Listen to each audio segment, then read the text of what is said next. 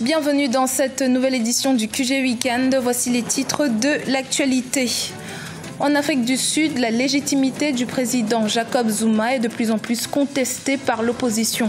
Ce jeudi 9 février, il a été interrompu au Parlement lors de son discours à la nation.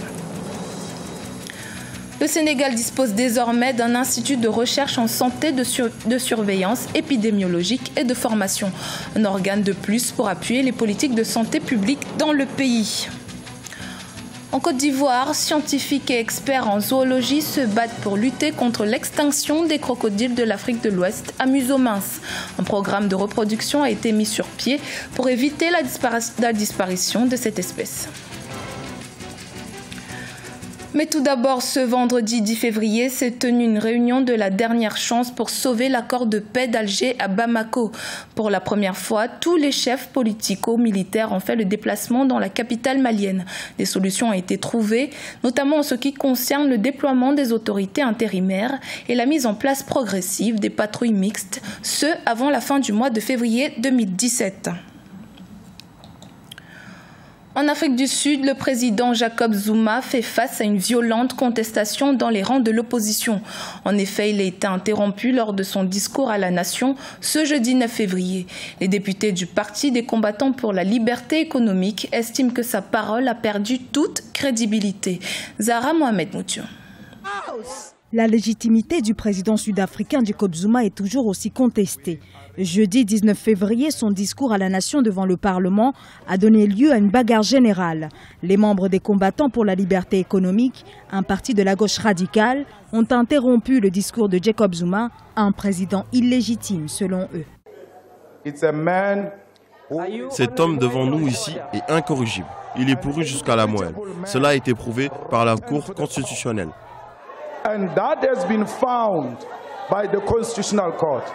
Ce qu'ils veulent, c'est la démission du chef de l'État souvent impliqué dans des scandales de corruption. Après avoir été reconnu coupable dans un premier temps de violation de la Constitution, la publication en octobre 2016 d'un rapport officiel mettant en lumière ses relations troubles avec une riche famille d'affaires l'a un peu plus affaibli. Monsieur Zuma, s'il vous plaît, partez. Vous devez partir, vous n'avez plus à être ici. Vous êtes un délinquant constitutionnel, vous devez partir. Après une heure d'interruption et l'expulsion manu militari des députés EFF, le président Jacob Zuma a pu commencer son discours. Le président y aborde de nombreuses thématiques, y compris celle de la réforme agraire et de la diversité raciale, deux sujets sensibles en Afrique du Sud. Mais ce discours est jugé sans relief par de nombreux Sud-Africains. Ce sera difficile, si ce n'est impossible, d'atteindre une vraie démocratie tant que la question des partages des terres ne sera pas résolue.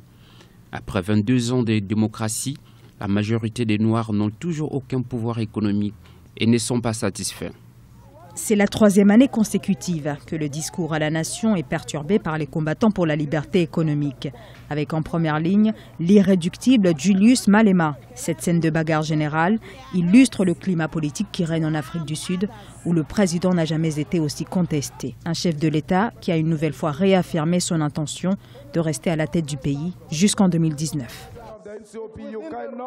À noter que l'Alliance démocratique, parti d'opposition sud-africain, a annoncé vendredi 10 février qu'elle portera plainte suite aux violences qui ont éclaté au Parlement lors du discours à la nation du président Jacob Zuma. Les forces de sécurité ont dû intervenir pour mettre fin à l'incident. L'intervention que l'opposition juge anticonstitutionnelle.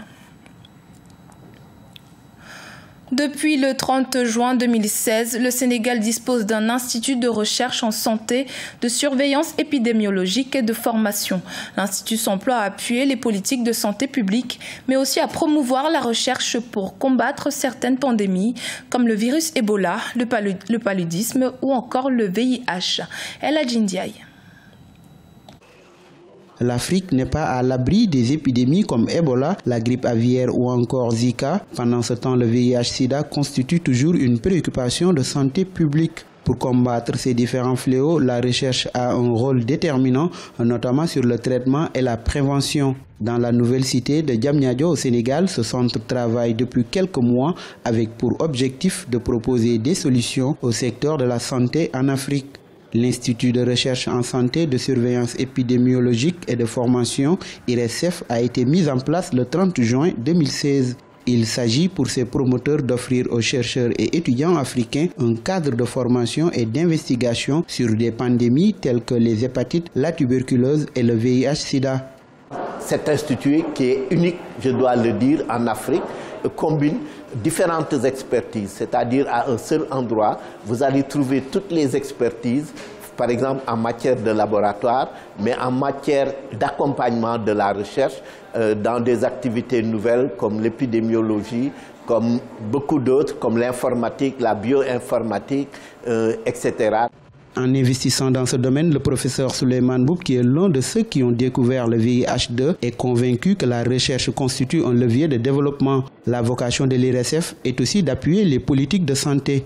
Nous voulons perpétuer l'expérience que nous avons acquise dans le domaine de la recherche pour justement conjuguer toute cette expérience pour lutter contre ces épidémies de manière globale. Pour le VIH, nous avons consacré plus d'une trentaine d'années de notre carrière dans ce qui nous a permis d'acquérir une expérience qui est modestement mondialement connue dans le domaine de la recherche et dans le domaine de la prévention. L'IRSF veut positionner l'Afrique de l'Ouest dans le pôle des pays qui font la promotion du développement à travers la recherche et la formation. Le professeur Souleymane Mboup compte parmi les chercheurs les plus connus à travers le monde. À Diamniadio, il est à la tête d'une équipe de plus de 100 scientifiques. La lutte contre l'extinction des crocodiles de l'Afrique de l'Ouest à Musomin se poursuit en Côte d'Ivoire. C'est au zoo d'Abidjan que les scientifiques et experts en zoologie se battent pour sauver cette espèce rare de crocodile. Idelette Mirabel-Bissou nous en dit plus. Le destin du crocodile d'Afrique de l'Ouest à Musomins est lié au zoo d'Abidjan, le principal zoo de la Côte d'Ivoire, presque anéanti lors de la guerre civile de 2011, était devenu la base d'un effort improbable pour sauver le crocodile africain le plus menacé de disparition. Cette espèce nouvellement référencée a été découverte par un scientifique américain dans le zoo d'Abidjan. Aussitôt, un programme de reproduction improvisé qui vise à lutter contre l'extinction de cette espèce a été mis sur pied.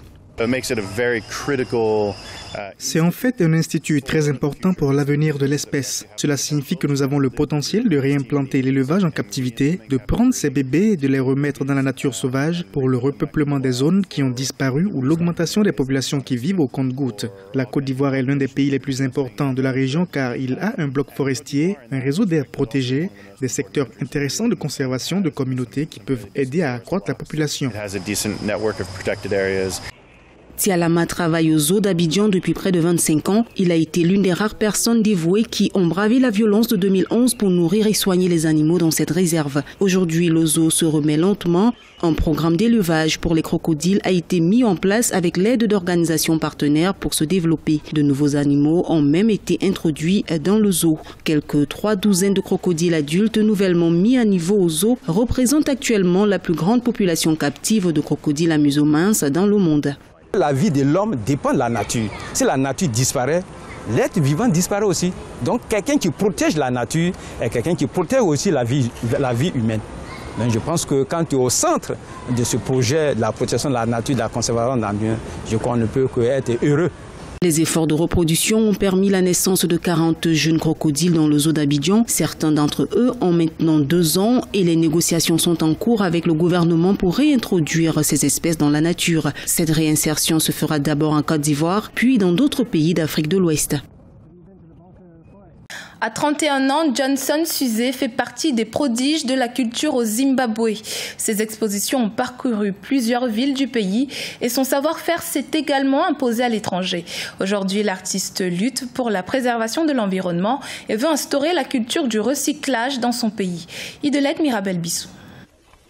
Pour réaliser ses œuvres d'art, le Zimbabwéen Johnson Suzé s'est lancé dans le recyclage des déchets. Il n'a pas de préférence en ce qui concerne la matière. Dans les décharges, l'artiste autodidacte choisit une gamme d'articles allant des gadgets électroniques aux boîtes de conserve en passant par les objets en bois et parfois en métal. Des déchets qui contribuent à former les sculptures dont les sujets vont des animaux aux formes les plus abstraites. Je suis un artiste visuel des médias mixtes et je travaille avec des déchets que je recycle pour créer différentes pièces d'art. L'idée derrière mon style est de transmettre différents messages sociaux à l'aide de déchets que je collectionne dans les décharges ou même dans les rues. Les monticules de déchets sur les sites d'ordures sont source d'inspiration pour l'artiste.